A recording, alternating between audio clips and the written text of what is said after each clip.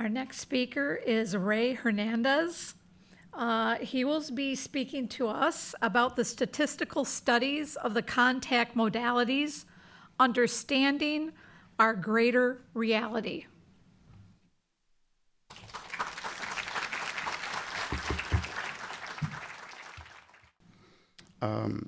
First of all, I want to thank Dr. Jeffrey Kreipel and Rice University for the invitation.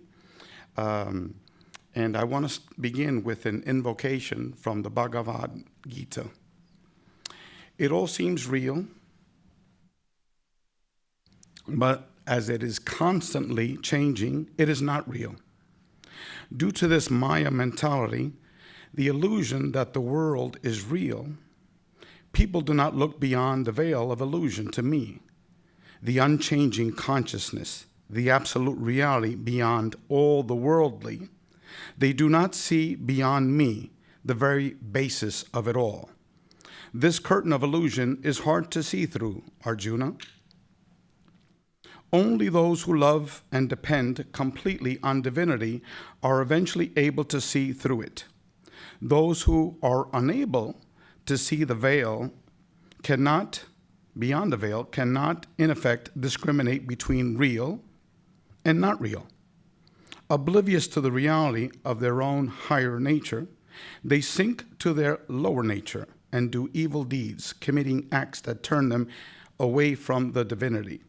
It all seems real, but as it is constantly changing, it is not real. Jeffrey, I also want to publicly state that I am a heretic among heretics. I attended the University of California at Berkeley for a PhD, and I was the recipient of a National Science Foundation PhD fellowship.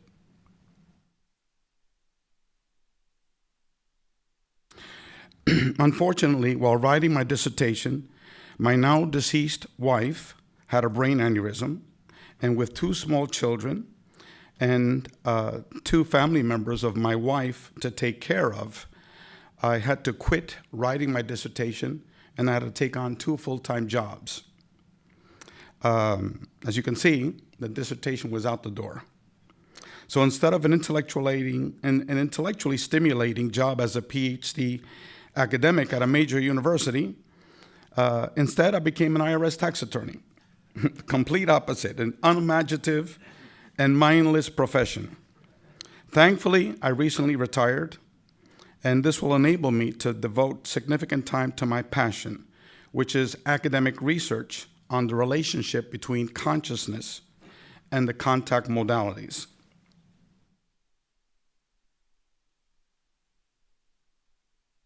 The Dr. Edgar Mitchell Free Foundation was co-founded by myself, Australian researcher Mary Rodwell, Apollo 14 astronaut Dr. Edgar Mitchell, and Dr. Rudy Shield. Dr. Mitchell was the sixth man to walk on the moon. He received a PhD from MIT and was the founder of the Institute of Noetic Sciences, an organization that is recognized as the world's leading academic research institute on the psi phenomenon and consciousness. Dr. Rudy Shield is an emeritus professor of astrophysics at the Harvard-Smithsonian Center of Astrophysics. Rudy is one of the world's leading academics in astrophysics and has published over 300 peer-reviewed academic papers in the field of astrophysics, cosmology, and consciousness. We then began to add over 10 PhD academics to this organization.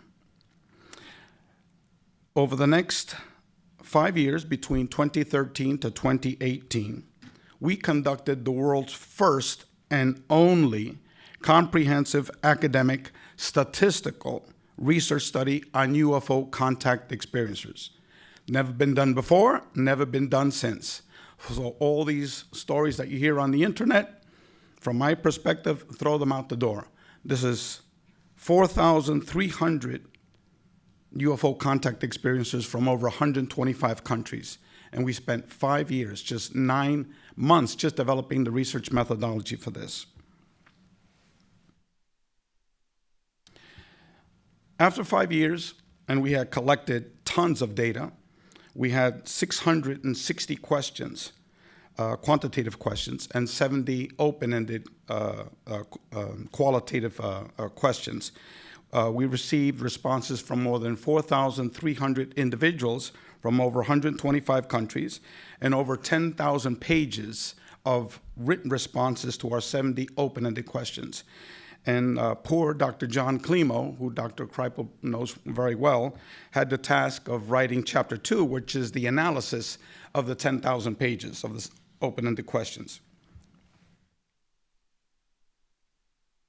As I mentioned before, these are the 3 co-editors of our book, Beyond UFOs, which I'll hold up real quick here, 820 pages, okay? And I'm going to be summarizing in less than 10 minutes the findings from this book, which is an impossible task. But if you want to read it, it's available for free on our website. I already discussed the research methodology. Anyone has any questions about it? After our talk, I can go into the details of it.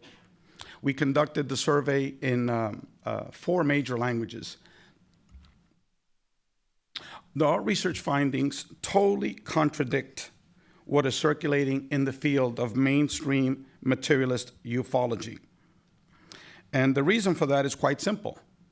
No one has ever done this work before. No one has ever collected the research data on UFO contact experiencers. And let me go over, as I said before, in 2 minutes, what took us 5 years to acquire. Finding number 1, these experiences, unlike all the BS that you read on the internet and all of these books and stories, initially 37% viewed their experiences as negative. But then over time, the overwhelming majority of these individuals had continued contact experiences. And over time, by the time they took our survey, only 4% viewed their experiences as negative. That's it, 4%. But this is a long-term process. I have back there my friend, who's I consider one of the world's major contact experiencers, but he's not public. So there are many people like that that just have kept quiet all their lives.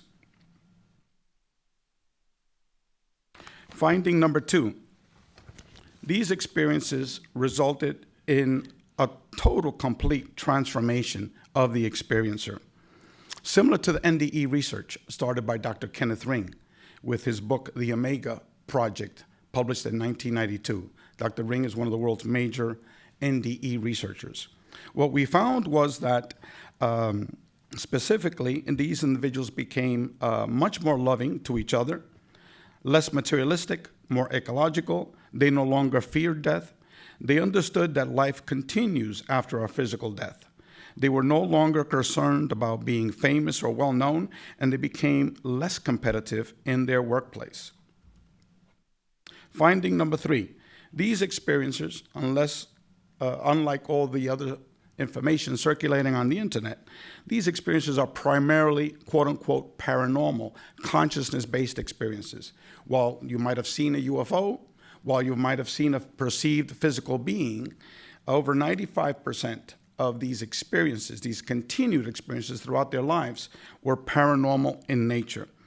As you can see the data right there, 78% received telepathic communications. 76% saw a ghost, a deceased person. 67% physically saw small colored orbs. 66% had past life memories. 50% had a miraculous medical healing. That's how my experiences started, with a miraculous medical healing. 31% were given a message about God. 30% were told about the death process.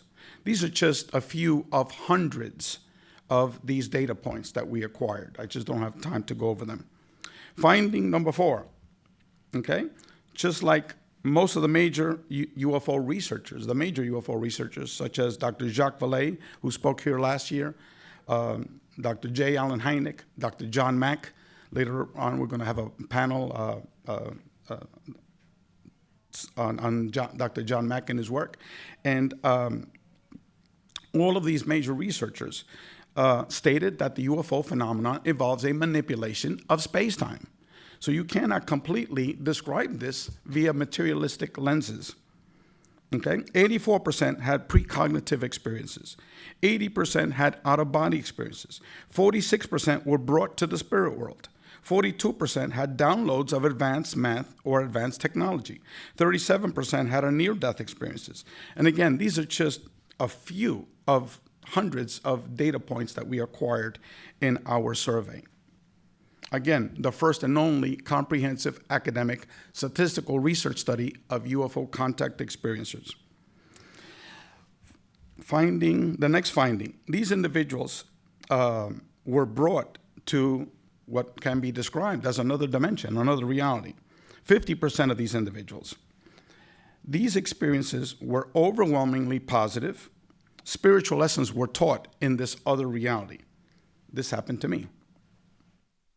In this alternate reality, time seemed to stop, and they were shown visions of their past and future experiences and humanity's future events, usually ecological disasters.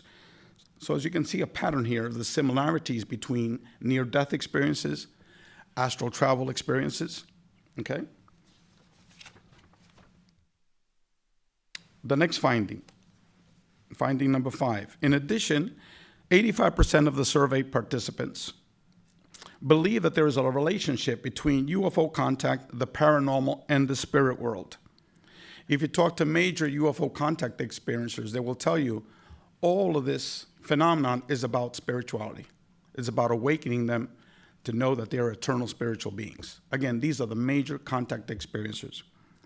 Finally, 78% were given messages from non-human intelligence. 31% were given a message about God. 30% were told about the death process. 28% were told that they came from God, from the universal mind. 26% were given a message about reincarnation. And again, this is just a few of hundreds of data sets that we acquired. Okay. In contrast to materialist ufology, the free research data, similar to the works of UFO pioneers, Dr. Jacques Vallée, Dr. J. Allen Hynek, Dr. Edgar Mitchell, Dr. John Mack, a professor of psychiatry at the Harvard School of Medicine, all of these UFO researchers concluded that the UFO contact phenomenon has a dual aspect nature. It has both a physical and a psyche, or a consciousness-based component that involves a manipulation of space-time. And materialist ufologists are totally clueless to this topic. All of these scholars that I mentioned before argue that the intelligence behind the UFO phenomenon might not be a physical being from a physical planet. They might not be a physical spaceship from a distant galaxy. Instead, they've argued that the UFO phenomenon might be an interdimensional phenomenon based on consciousness. Philosophers might use the term dual aspect monism to describe this dual aspect nature of the UFO phenomenon. And I know for a fact that Dr. Kreipel has used this terminology to describe the UFO phenomenon. This is Dr. Jacques Vallée. He spoke here last year, was one of the primary keynote speakers.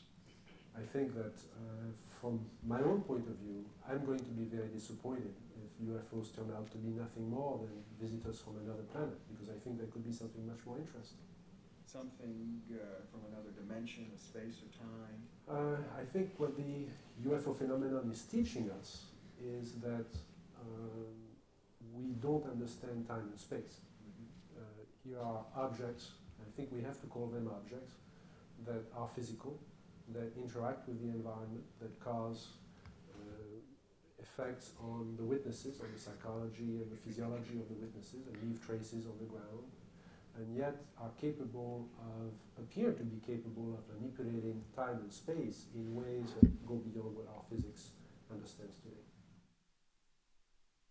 Okay, I'm going to be using this term, the contact modalities. That's a term that I coined in 2013 when I published an article that Dr. Edgar Mitchell reviewed and Dr. Rudy Shield reviewed and approved.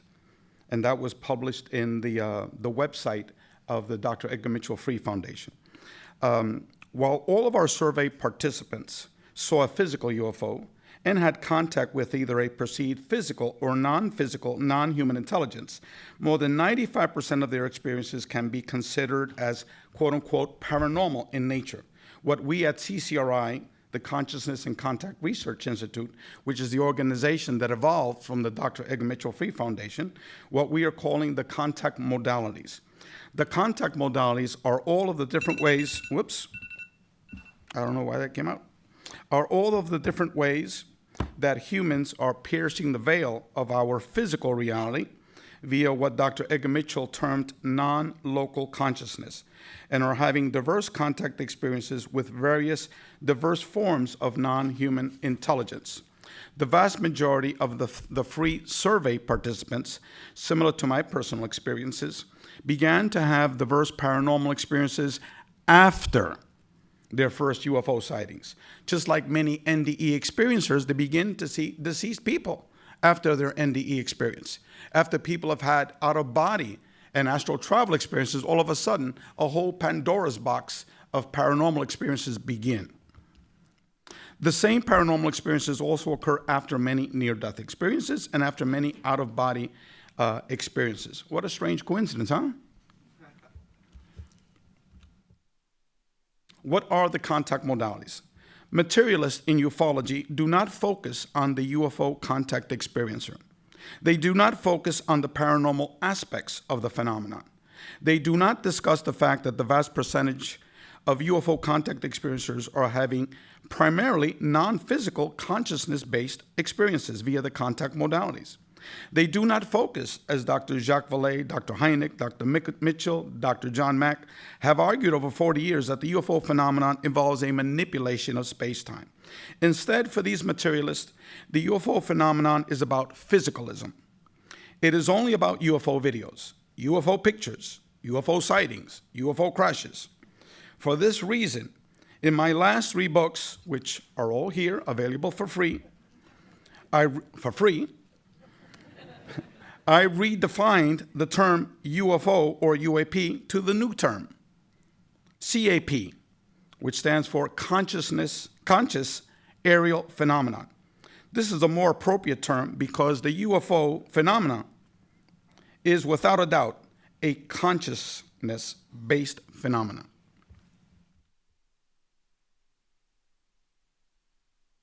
Okay. This materialist approach to ufology has contributed, in my opinion, almost nothing over the last 80 years. In my opinion, materialists are totally clueless, and I'm very blunt here, obviously, as to the complexities of the UFO contact phenomenon. Very few materialists, quite possibly many of you here at this conference, are not aware of our academic research study, or have even bothered to read our historic book, Beyond UFOs. Okay? Why? Could the answer be because our book mentions the word consciousness in its title? Once a materialist hears the word consciousness, they run away like it's a plague. For my materialist friends that are out there, you can now download a free copy of this book, Beyond UFOs. 820 pages.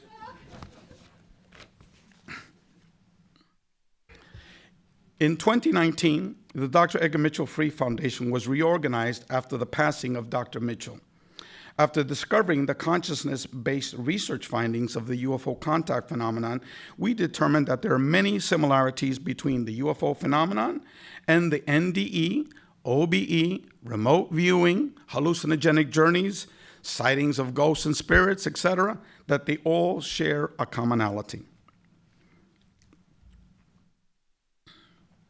We then decided to change the mission of the organization and to focus our academic research on the relationship between consciousness and all of the contact modalities.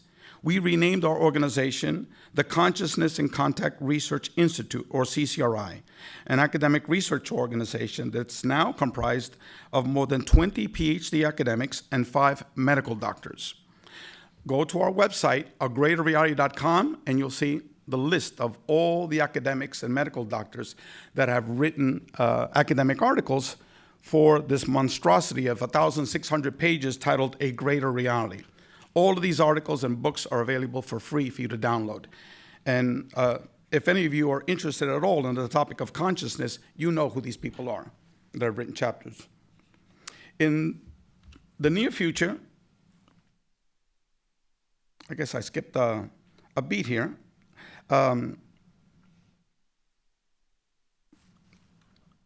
Okay. CCRI hypothesizes the following. First of all, that consciousness is primary and not our perceived physical reality. And I believe that's a hypothesis that Dr. Kreipel also shares with us. We hypothesize that our perceived physical reality is a manifestation of consciousness. We also hypothesize that we, as individuated units of consciousness, of human consciousness, are actually residing inside, for lack of better terminology, a virtual and a spiritual reality. And that's all detailed in my book, The Mind of God, okay?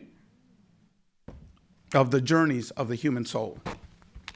So I'm not telling you anything new here. I'm just recounting what many of the academics also believe and hypothesize, and what has been spoken about since the dawn of mankind, since the Bhagavad Gita. Okay? Now, Dr.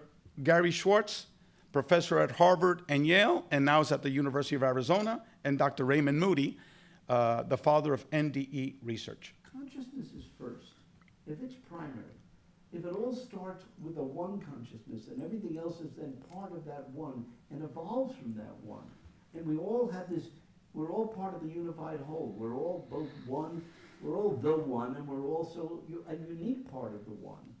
I think the primary reality is consciousness, and that physicality is projected by the consciousness to give continuity to the narrative aspect of life.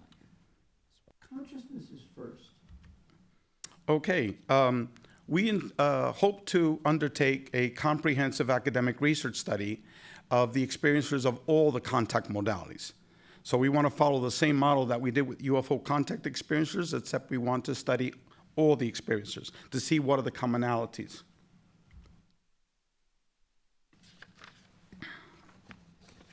The CCRI organization was recently established, and as I said before, we published a 4-volume book. Actually, 2 volumes are already published. These are theoretical chapters, and they're available at our website for free. And volumes 3 and 4 are chapters written by major contact experiencers. The 5 co-editors, Dr. Rudy Shield, professor of astrophysics at Harvard, Dr. Michael Grosso, PhD in philosophy, now retired.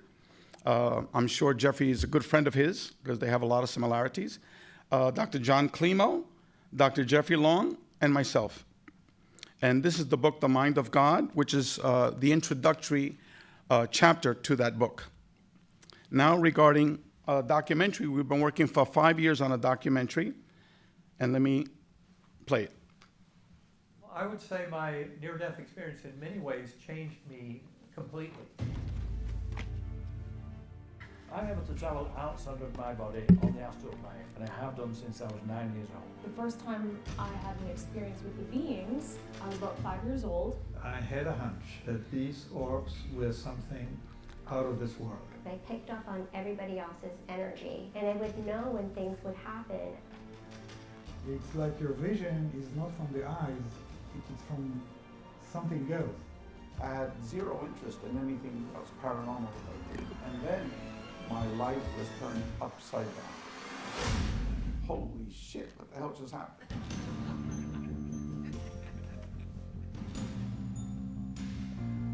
I knew that this was not a dream. This is another reality. And I needed to understand it.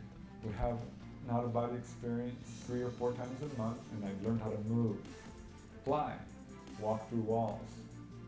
The elements of a near-death experience are, first, separation of consciousness and out-of-body experience. I detached from my lifeless body. There were beings, spiritual beings swirling around me and bringing me peace. A being of complete compassion and love and knowledge. I was shown things that you just don't see in this world. When I opened my eyes, there was Katie, this little girl spirit. I wanted to know where she was buried.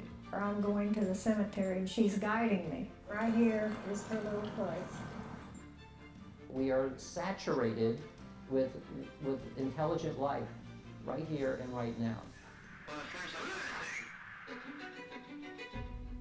And their eyes were these glowing, green, blue, iridescent, beautiful eyes. It was like looking at a hologram. The way I understand the world is due to contact. This expanded way of life is a beautiful thing. I wouldn't trade it for anything. What I discovered is as people become more aware of their experiences, that their perspective in life is changed. I think one has always changed. I think that's what our ancestors were trying to tell us. And so I started looking at the Bible in a different way.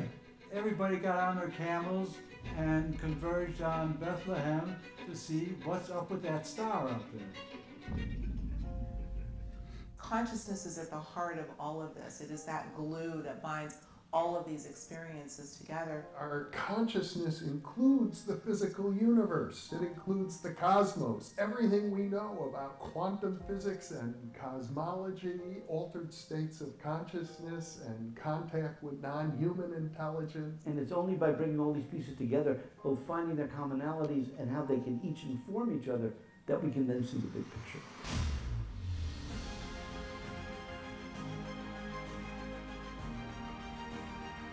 Is there life after death? Do we live in a simulated reality? Is it possible that all of these paranormal experiences are somehow interrelated? Are we dealing with dead people here, or is this more about consciousness and time? From my perspective, quantum physics doesn't only allow for the spiritual realm, that is for the afterlife and for reincarnation, for all these things to be real, it insists on it.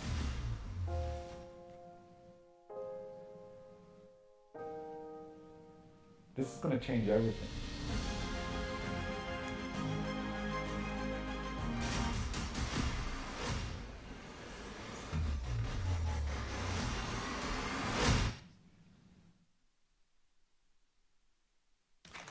Thank you very much. Thank you for your patience. Go to our website. You can download all of those books that I showed you for free. Thank you.